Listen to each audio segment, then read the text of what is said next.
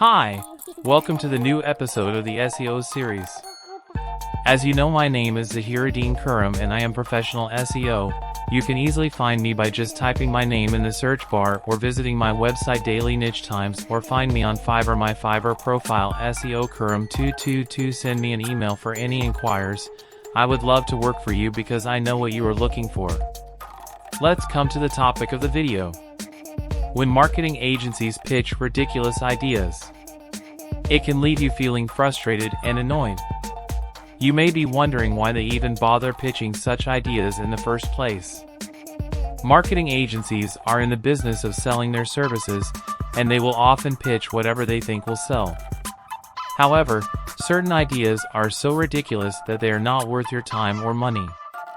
In this video, we will discuss some of the most ridiculous marketing ideas that have been pitched by marketing agencies. We will also provide some tips on how to spot these pitches and avoid them altogether. As a business owner, you may have been in the position of working with a marketing agency that seems to have lost touch with reality. They pitch you ridiculous ideas that are not feasible, do not fit your brand, or are too expensive. You may be wondering how to handle this situation without causing a scene. The first step is to take a step back and understand that the agency is probably just trying to be creative and out of the box. While this is admirable, it is not always what you need. Most businesses need a more strategic and practical approach to marketing. If you find yourself in this situation, there are a few things you can do to get the agency back on track. Keep watching to learn more about how to handle when marketing agencies pitch you ridiculous ideas. Why do marketing agencies pitch ridiculous ideas? If you've ever worked with a marketing agency, you've probably had the experience of sitting in a meeting and hearing a pitch for an idea that is so out there, you can't believe they're serious. But why do marketing agencies do this? There are a few reasons. First, they want to show you that they're thinking outside the box and that they're not afraid to take risks. Second, they know that not every idea is going to be a home run, but they also know that the more ideas they pitch, the greater the chance that one of them will be a hit. So next time you're in a meeting with a marketing agency and they pitch you an idea that sounds insane, don't be too quick to judge. They just might be onto something. How can you tell when an agency is pitching a ridiculous idea? If you've ever worked with an ad agency, you know that sometimes they can come up with some pretty out there ideas.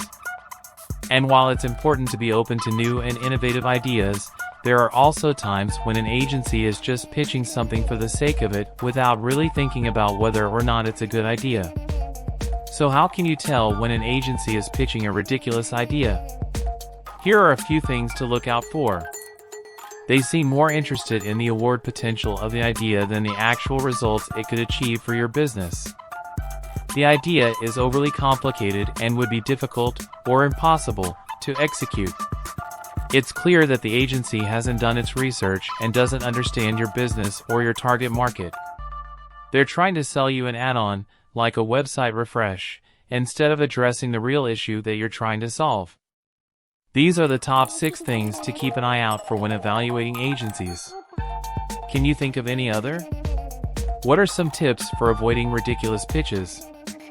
As a startup founder, you're going to get a lot of pitches, some good, some bad, and some downright ridiculous. It can be tough to weed out the pitches that are wastes of your time, but it's important to be selective about the pitches you take on. Here are a few tips for avoiding ridiculous pitches. Do your research.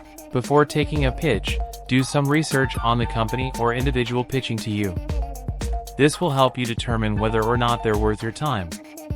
Be prepared to say no. It's okay to say no to a pitch, it's often necessary. If you're not interested in what someone is pitching, be prepared to politely decline. Know your audience. Not all pitches are going to be appropriate for every audience. If you're not sure why someone is pitching something to you, ask them to expound to be sure they're not all wet. Listen, a pitch is an opportunity for someone else to talk, not for you to dominate a conversation. Make sure you're taking the time to hear the pitch through and understand it before you make any decisions. Ask lots of questions. If you're confused by something the person says or want more details, ask questions rather than letting them finish their pitch. Chances are they won't want to go back and re-explain what they just said, and you'll be stuck with a worthless pile of junk that you don't understand. Say no immediately. Sometimes you'll hear the first sentence of a pitch and be able to quickly identify that it's something you're not interested in. In that case, it's best to cut them off right away. Hearing no is a lot better than having someone listen to your whole pitch only to say no at the end. 4. How can you handle a pitch that's gone off the rails? If you're giving a presentation and you feel like it's going off the rails, there are a few things you can do to try and salvage the situation. The first thing you should do is take a deep breath and try to remain calm. It can be difficult to stay calm when you feel like you're losing control, but it's important to try. Once you've taken a moment to compose yourself, the next thing you should do is assess the situation. What exactly is going wrong? Is it that you're losing your train of thought, or is it that the presentation isn't going over well with the audience? Once you've pinpointed the problem, you can start to try and fix it. If you're losing your train of thought, the best thing you can do is take a step back and give yourself a moment to gather your thoughts. Never try to wing it where you've clearly lost your place, because this can damage your credibility as a presenter. Instead, it's better to take a quick breather in order to regain your composure. If your presentation is going badly, there's unfortunately not a whole lot you can do about it in the moment. In many cases, your only option is to ride out the storm and hope things start to improve. However, if the slides you're presenting aren't matching up with the narrative, you should correct this right away. Also, make sure your slides are in sync with you by scouting the room out and making sure people are engaged. If they're clearly bored with your presentation, conclude it sooner than usual. Making a post-mortem: how to prepare in the future to prevent it to happen again. If you're the primary person giving a presentation and you're either stumped on how to rescue one gone wrong or you've gotten tired of trying to do so, you need to explore other options. Things won't get better unless you're providing clues to your team about how to make use of your expertise. Make sure you take some time to assess your artistic vision sufficiently and then make it a reality on screen. Art at its best is contrasting. Art thrives on contrast. To put it in more technical terms, the range of lights and darks will determine the beauty and emotional strength of a work of art. Therefore, if you want your presentations to succeed, you must manage the contrast carefully. However, it's really easy to get it wrong when using slides. It's a very fine balance. If you make the contrast too weak, your audience won't take in anything you're showing them. If you make the contrast too strong, you will distract and irritate them. Purple or blue presentation backgrounds evoke passion and strength. What should you do if you're the one pitching the ridiculous idea?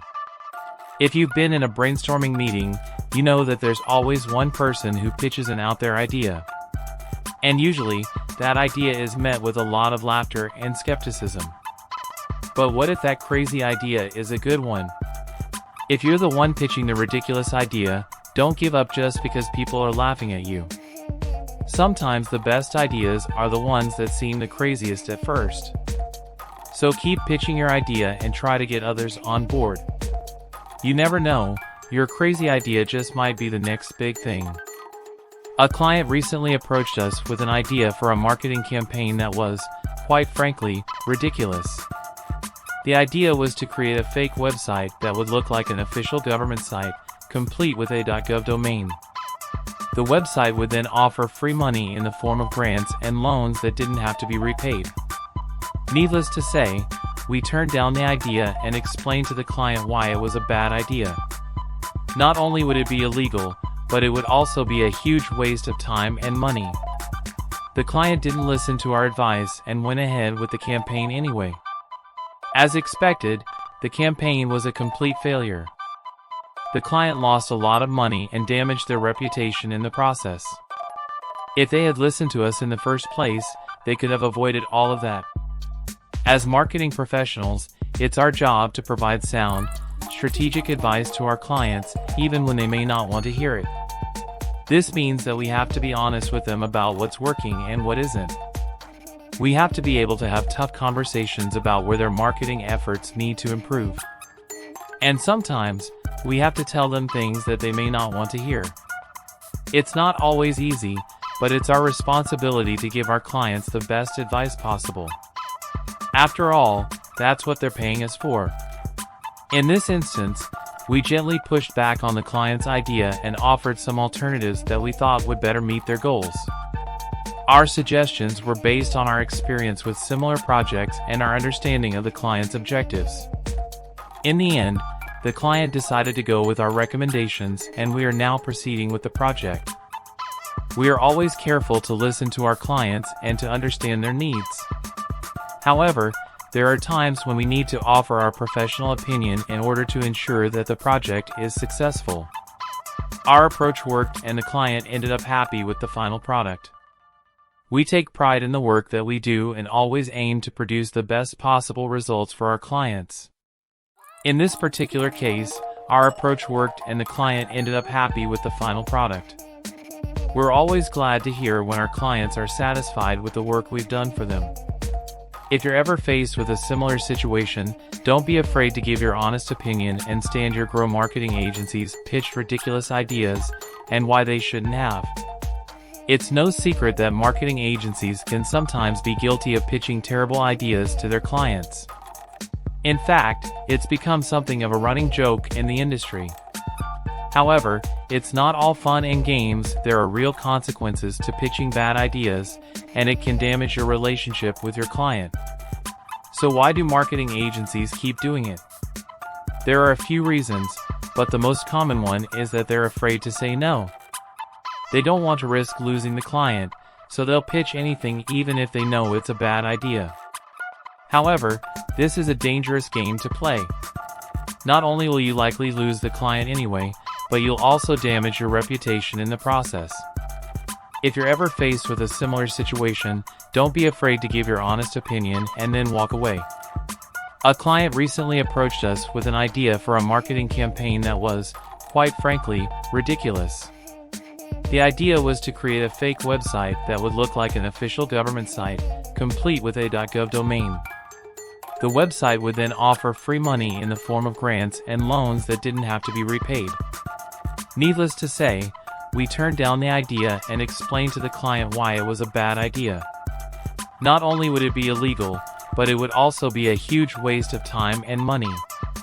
The client didn't listen to our advice and went ahead with the campaign anyway. As expected, the campaign was a complete failure.